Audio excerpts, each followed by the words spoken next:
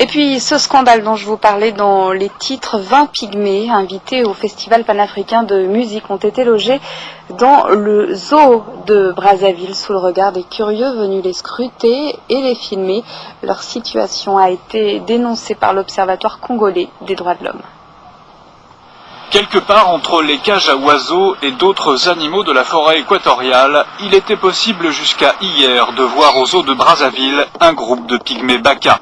Ils sont venus du département de la Likwala dans le nord du Congo, spécialement pour le FESPAM, le Festival panafricain de musique.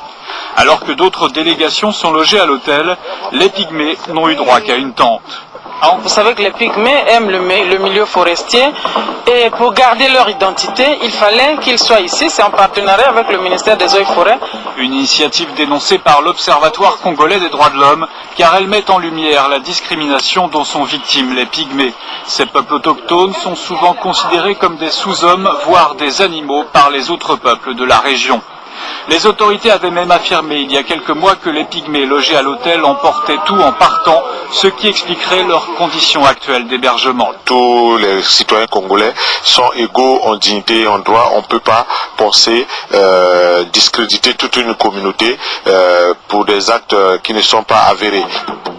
Ce sont plutôt les pygmées qui ont le sentiment d'être volés. Bien qu'ils se produisent dans le cadre du FESPAM, le festival n'a pas jugé nécessaire de les payer, aucun contrat n'ayant été signé.